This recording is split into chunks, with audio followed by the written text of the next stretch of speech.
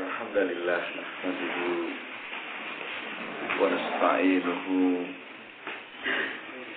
wa nastaghfiruh wa na'udzu billahi min shururi anfusina wa sayyiati a'malina may yahdihillahu fala mudilla lahu wa may yudlil fala hadiya lahu asyhadu an la ilaha illallah wa asyhadu anna Muhammadan abduhu wa rasuluh. Amma ba'd. Baik, rekan-rekan yang saya muliakan, kita masuk di pasal pembahasan atharul mahabbati wa tawabi'uha wa lawazimuha wa ahkamuha, tentang athar dari cinta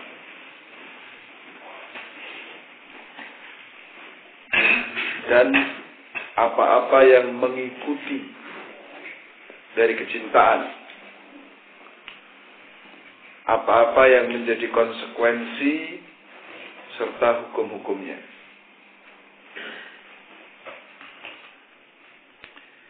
Dikatakan wal mahabbatu laha atharun wa tawabi'u wa lawazim wa ahkam.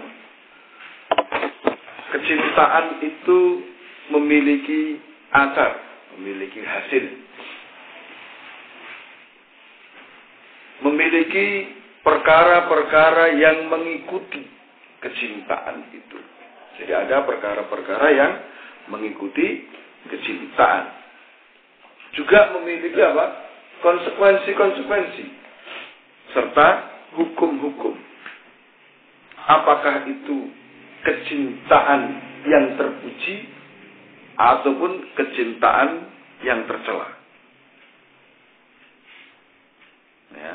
Apakah itu kecintaan yang membawa manfaat ataukah yang membawa mudarat? Ada perkara-perkara yang mengikutinya. Ya, di antaranya apa? Minal wajdi wad dauqi wal halawati was sauqi wal unsi wal ittisali bil mahbub wal qurbi minhu. Ya, adanya perasaan senang, adanya kerinduan, ya, ketenangan, ya, kemudian adanya hubungan dan kedekatan dengan yang dicintainya. Ya kan, orang kalau cinta kan seperti itu.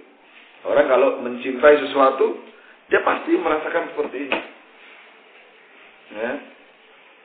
Ada perasaan bagaimana begitu, kemudian ada rasa rindu, ada rasa tenang ketika berada di samping kekasihnya, ya, ada hubungan dan kedekatan. Juga walin fisali an wal bu'du an minhu wasaddi wal hijran. Juga ada sikap apa? Berpisah darinya, menjauh darinya. Jadi ketika kita mencintai sesuatu, itu kadang konsekuensinya apa? Kita harus berpisah, menjauh dari sesuatu yang lain. Harus menghalangi dan meninggalkan. Ada kegembiraan, kesenangan. Tapi juga kadang cinta itu mendatangkan tangisan dan kesedihan. Ya, dan perkara-perkara lain. Ya, jadi kadang itu seperti ini, ya, cinta itu kadang membuat kita bisa tertawa, gembira, senang. Tapi di sisi lain, ya tadi, kadang kita apa? Sedih, menangis kita. Ya. Wal mahabbatul mahmudatu hiyal mahabbatun nafi'atu allati tajlibu li sahibiha ma yanfa'uhu fid dunya wa akhirati. Kecintaan yang terpuji, apa kemarin definisinya? Yaitu mencintai Allah Ta'ala. Mencintai apa-apa yang dicintai oleh Allah Ta'ala. Ya, kecintaan yang terpuji seperti itu adalah kecintaan yang bermanfaat, yang akan mendatangkan bagi pemiliknya apa-apa yang bermanfaat untuk dirinya di dunia dan di akhirat. Ya. Wa hadhil mahabbatu ya unwanu sa'adatina. Kecintaan seperti inilah yang merupakan tanda kebahagiaan seseorang. Ya, jadi kecintaan yang terpuji yaitu mencintai Allah dan mencintai apa-apa yang dicintai oleh Allah, itu adalah kecintaan yang bermanfaat. Yang akan mendatangkan tadi apa? Perkara-perkara yang bermanfaat bagi pemiliknya di dunia dan di akhirat. Ini merupakan tanda kebahagiaan seseorang. Wazidduha, adapun lawannya berarti apa? Kecintaan yang tercela.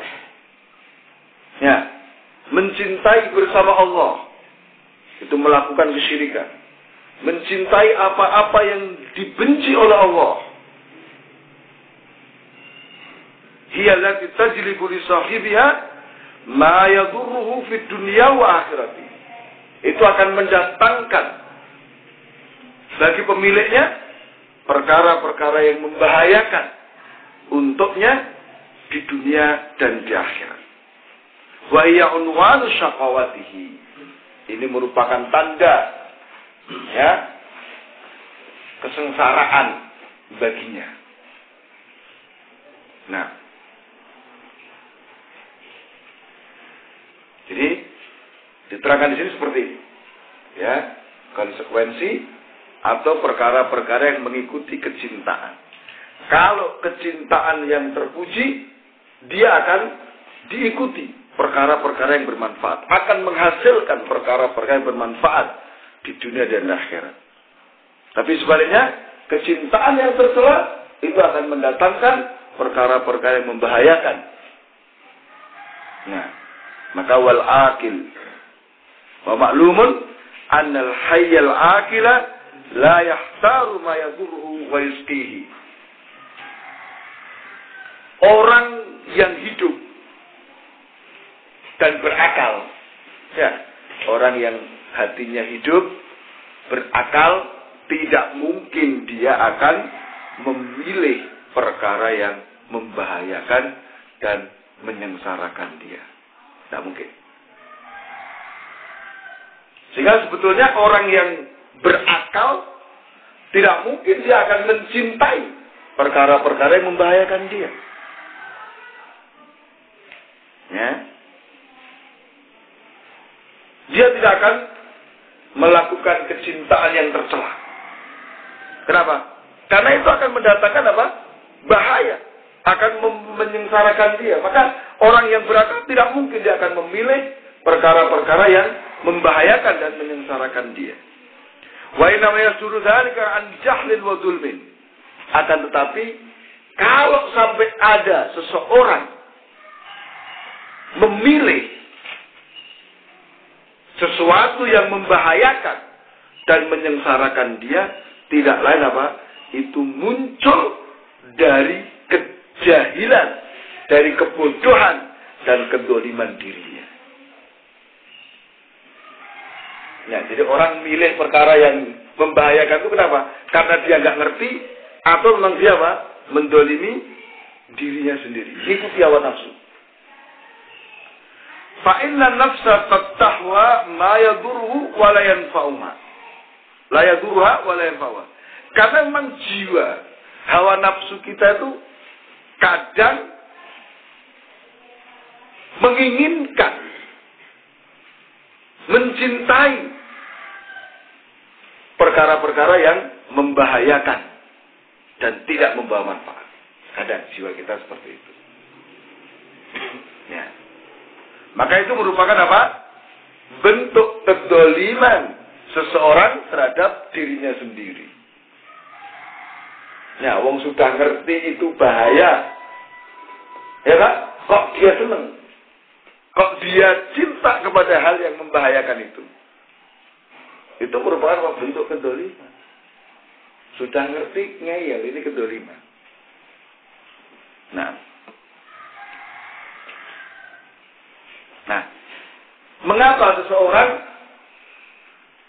bisa melakukan kedzaliman seperti ini? Mengapa seseorang dia bisa mencintai perkara yang dia pahami bahwa itu adalah perkara yang membahayakan dia?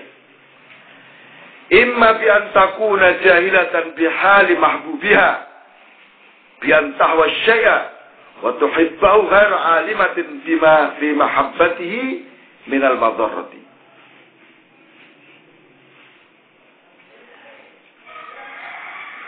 Hal itu bisa terjadi karena dia tidak mengetahui keadaan yang dicintainya. Ya, dia tidak mengetahui keadaan yang dicintainya. Sehingga dia menginginkan sesuatu itu.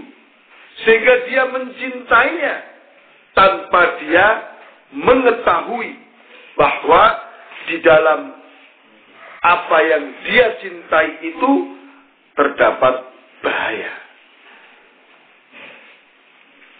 Ini kemungkinan pertama. Kenapa kok jiwa kita bisa condong, bisa mencintai perkara yang membahayakan, perkara yang jelek? Kemungkinan pertama kenapa? Kita tidak tahu bahwa yang kita cintai itu mengandung perkara yang berbahaya. Ya, dia tidak ngerti keadaan yang dicintai. Sehingga dia apa? Suka kepadanya dalam keadaan dia tidak mengetahui bahwa di dalam perkara yang dia cinta itu ada hal yang membahayakan. Wa ana halun min ittaba'a hawahu bighairi ilmin. Maka inilah keadaan orang-orang yang mengikuti keinginan jiwanya tanpa ilmu.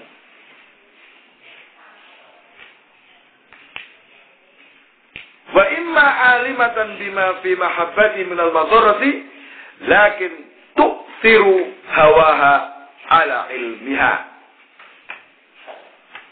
Atau kemungkinan yang kedua,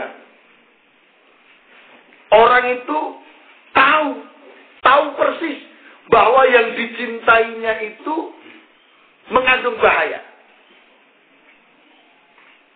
Tetapi dia lebih mengutamakan hawa nafsunya daripada ilmunya. Dia udah ngerti ini bahaya, tapi nekat. Itu berarti kan orang lebih mendahulukan apa? Hawa nafsu daripada ilmunya. Kalau yang pertama tadi, kenapa dia mencintai sesuatu yang membahayakan dirinya? Karena dia tidak ngerti, dia tidak paham bahwa yang dicintainya itu apa? Membawa bahaya. Nah, maka waqad tatarakkabu mahabbatuha min amrayn. Maka untuk keadaan yang kedua ini, kecintaannya itu terkumpul dari dua hal. Yang pertama, i'tiqadin fasid wa hawa madhum. Keyakinan yang rusak dan hawa yang tercela. Nah, maka wa hadha halu man ittaba'a dhanna wa matahwal anfus. Nah, keadaan kedua ini adalah keadaan orang-orang yang mengikuti prasangka-prasangka dan apa yang diinginkan oleh hawa nafsunya. Maka fala taqa'ul mahabbatul fasidah illa min jahlin aw i'tiqadin fasidin aw hawan ghalibin aw ma tarakkaba min dhalika wa aana ba'duhu ba'dan. Maka tidaklah terjadi kecintaan yang rusak, kecintaan yang membawa kepada kebinasaan, kecintaan kepada yang membahayakan, kecuali karena sebab kebodohan atau keyakinan yang rusak, keyakinan yang salah. Atau yang ketiga adalah apa? Dikalahkan oleh hawa nafsu.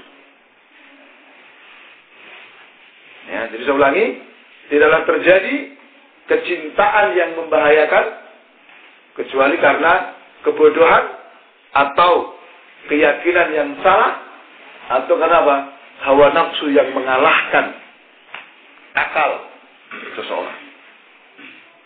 Atau yang lebih dahsyat lagi adalah apa? Bergabungnya perkara-perkara ini. Jadi gabungan orang mencintai sesuatu yang membahayakan dirinya karena apa? Sudah bodoh ditambah keyakinan yang salah ditambah mengikuti hawa nafsu. Ini tentunya lebih sulit untuk disembuhkan. Ya, sehingga apa? Perkara-perkara itu saling membantu sebagian dengan sebagian yang lain. Kebodohan ditambah dengan keyakinan yang salah. Wah, ini dasar ini tentunya. Ya.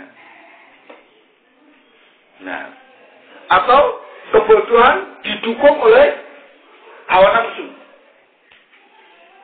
Nah, sehingga fatanfiqa syubhatan wa syahwatan, sehingga terkumpullah antara syubhat dan syahwat.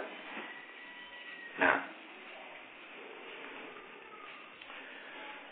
syubhatun yastabihu bihal haqqu bil batil wa tuzayyinu lahu amral mahbub wa syahwatan tad'u ila husuli fa yatasa'adu jaisu syubhati wa syahwati ala jaisil aqli wal iman wal ghalabatul aqwa huma.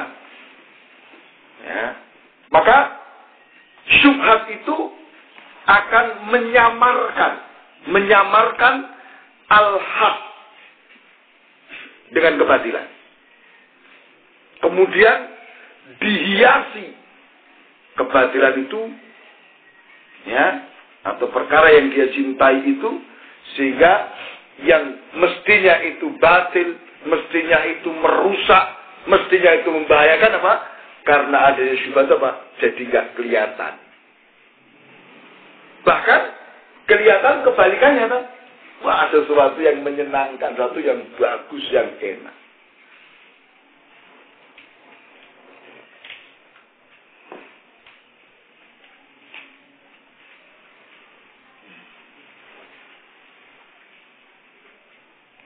Sedangkan syahwat itu akan mendorong seseorang untuk mendapatkan apa yang dicintainya itu. Padahal yang dicintainya itu hakikatnya batil, cuman karena syubhat dia lihat sebagai hal yang hak. Yang dicintai itu hakikatnya adalah membahayakan, tapi karena ada syubhat dilihatnya apa? Oh, ini hal yang bagus, manfaat.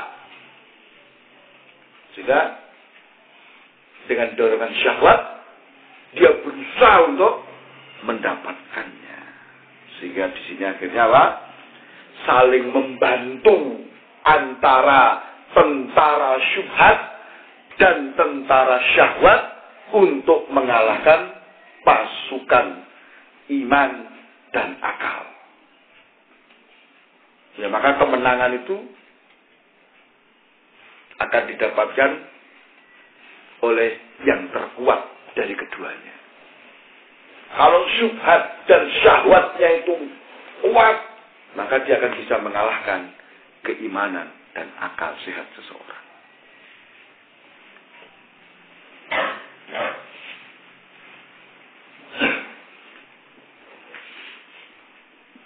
Ya, maka di sini kalau kita sudah mengetahui hal yang seperti itu, fatawabi'u kulli naw'in min anwa'il mahabbati lahu hukmu matbu'ihi.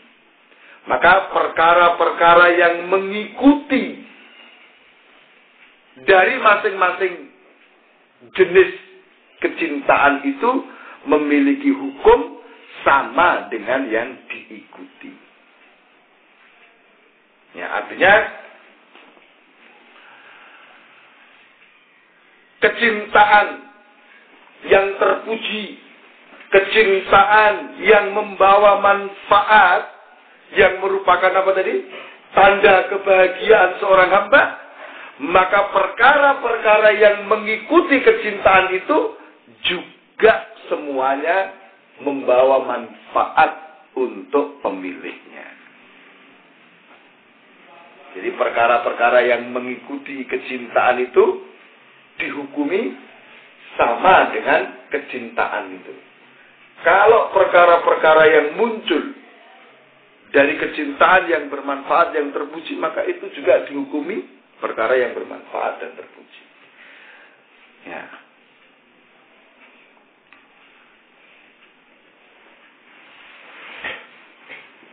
Sehingga seandainya dia menangis, menangisnya pun membawa manfaat. Kan tadi apa? Cinta itu kadang membuat seseorang menangis, kan? Ya nggak? Ya mungkin karena kehilangan yang dia cintai, maka dia nangis. Maka kalau misalnya seseorang kehilangan yang dia cintai dari kecintaan yang terpuji, maka nangisnya pun bermanfaat. Ya misalnya tadi apa? Kecintaan yang terpuji itu adalah mencintai Allah dan mencintai apa? Apa-apa yang dicintai oleh Allah Ta'ala. Ya. Sehingga misalnya ketika seseorang menangisi, dia terluput misalnya, terluput dari amal kebaikan, kemudian dia menangis, maka nangisnya pun membawa manfaat untuk dia.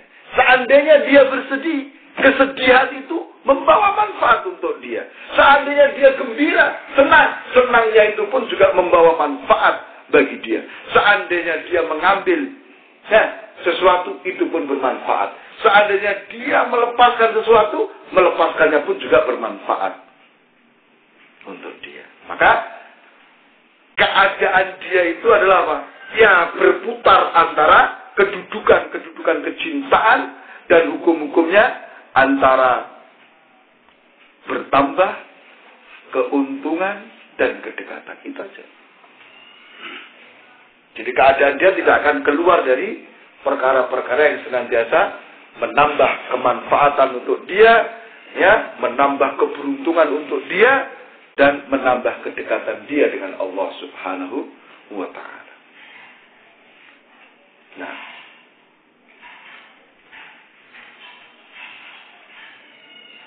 ya, misalnya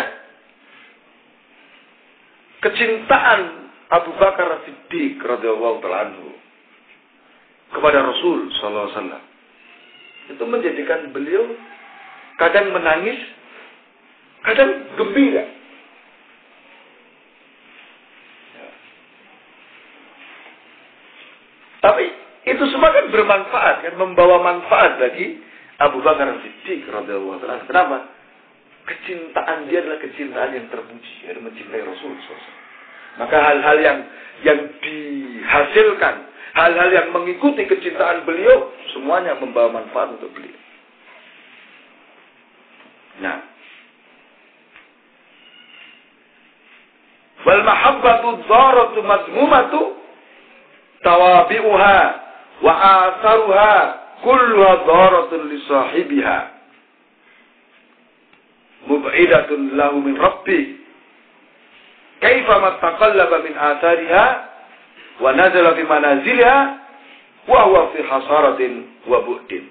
Adapun kecintaan yang membahayakan, kecintaan yang tercela, itu membahayakan pelakunya, yang merupakan tanda kesengsaraan baginya. Maka perkara-perkara yang mengikutinya, apa-apa yang dihasilkan dari kecintaan itu, semuanya membawa kejelekan bagi pemiliknya.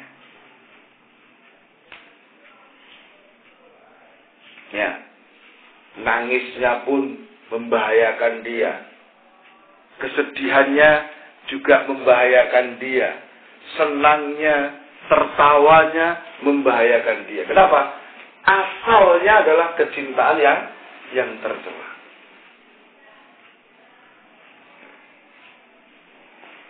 Ya. Kecintaan itu akan menjauhkan pemiliknya dari Allah Ta'ala. Maka bagaimanapun keadaan dia, berubah-ubahnya keadaan dia, maka semuanya tetap dalam lingkup kerugian dan dijauhkan dari Allah Ta'ala. Ya, jadi apapun yang terjadi pada seseorang yang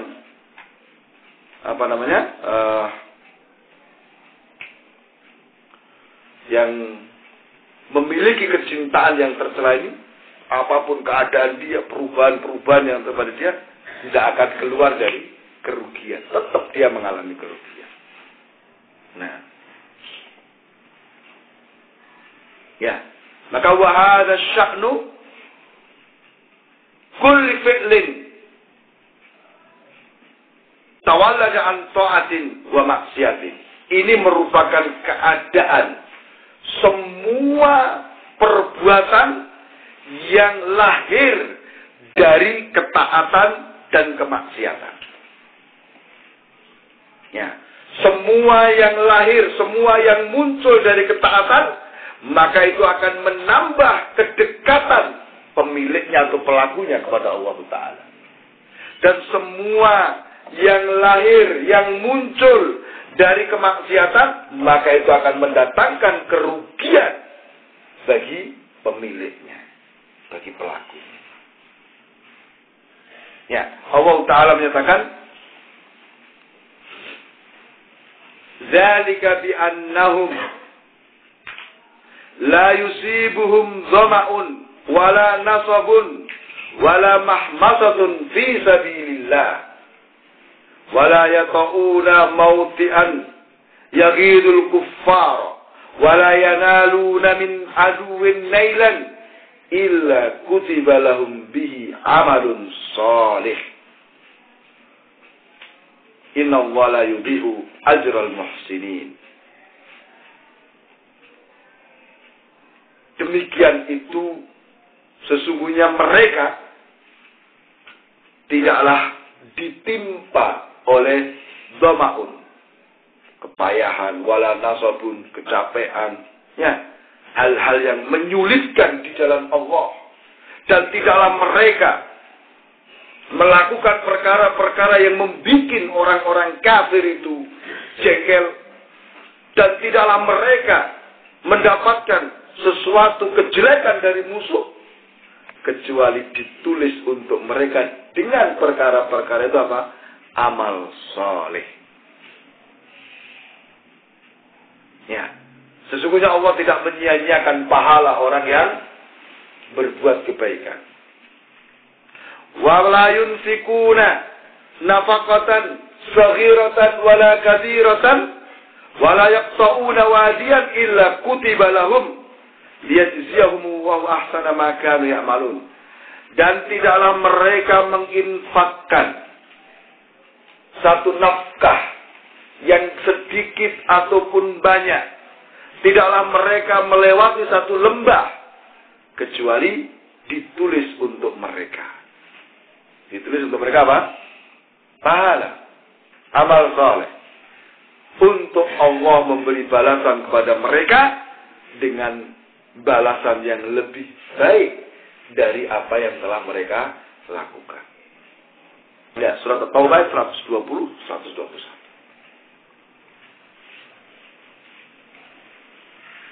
Maka di ayat yang pertama, berarti ayat 120. Allah Ta'ala menghabarkan bahwa apa yang muncul, apa yang lahir dari ketaatan mereka dan perbuatan-perbuatan mereka itu ditulis untuk mereka amal saleh. Padahal ini kan mereka tidak mengerjakan amal saleh kan? Dia mendapatkan kecapean, dia mendapatkan kesulitan di jalan Allah. Itu amal saleh atau tidak? Merasa capek, merasa penat, ya, itu amal saleh atau bukan? Bukan kan? Bukan. Tetapi dia mendapatkan rasa capek, rasa penat itu karena dia menjalankan apa? Jihad. Sedangkan jihad ini adalah apa? Amal ketaatan. Maka apa yang muncul dari amal ketaatan semua ditulis sebagai amal soleh. Luar biasa. Ya. Ini rahmat Allah yang luar biasa. Apapun yang dia alami, apapun yang dia dapatkan ketika dia mengerjakan amal ketaatan, semua ditulis sebagai amal soleh. Maka kita misalnya di sini taklim, belajar tentang agama ini. Ini amal ketaatan. Maka apa yang muncul dari kita? Kecapean, kepenatan, ya, harus menghafal, capek, gini. Nah, itu semua juga dihitung sebagai amal soleh. Sedangkan di ayat yang kedua adalah apa? 121. Allah kabarkan bahwa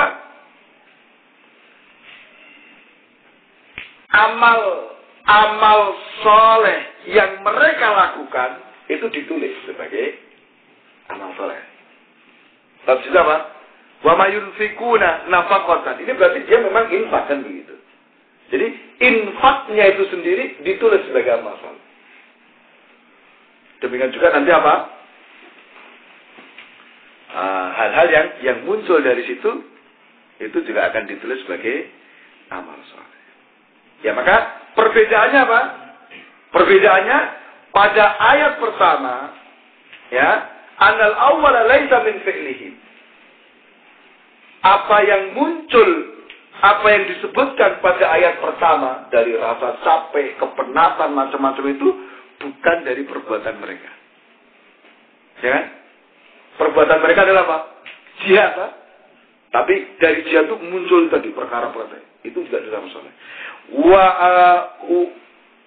innama tawallada anhu. Tetapi perkara-perkara itu muncul dari amal soleh yang mereka kerjakan. Maka kutiba lahum bihi amalun soleh. Maka ditulis untuk mereka dengan perkara itu amal kebaikan.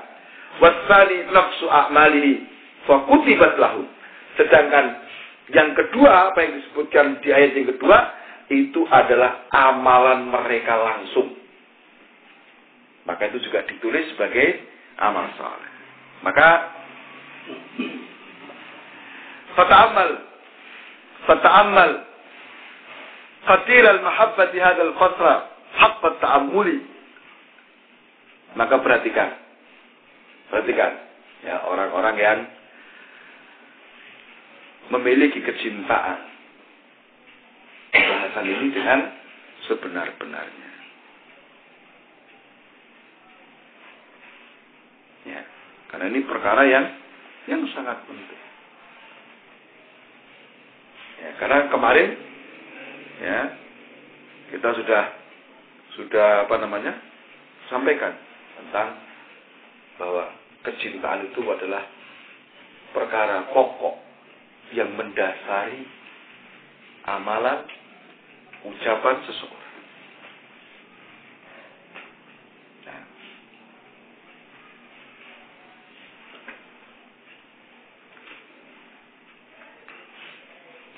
maka jangan sampai kita kemudian mengutamakan perkara-perkara yang atau mencintai perkara-perkara yang mendatangkan bahaya bagi diri kita. Nah, mudah-mudahan apa yang kita baca di pagi hari ini membawa manfaat untuk kita bersama. Dan mudah-mudahan dari sini kita bisa memahami hakikat cinta. Ya, jangan sampai nanti salah dalam mencintai. Baik, dari saya cukup. Kurang lebihnya mohon maaf. Subhanaka wa hamdik, asyhadu an la ilaha illa anta astaghfiruka wa atubu ilaik. Assalamualaikum warahmatullahi wabarakatuh.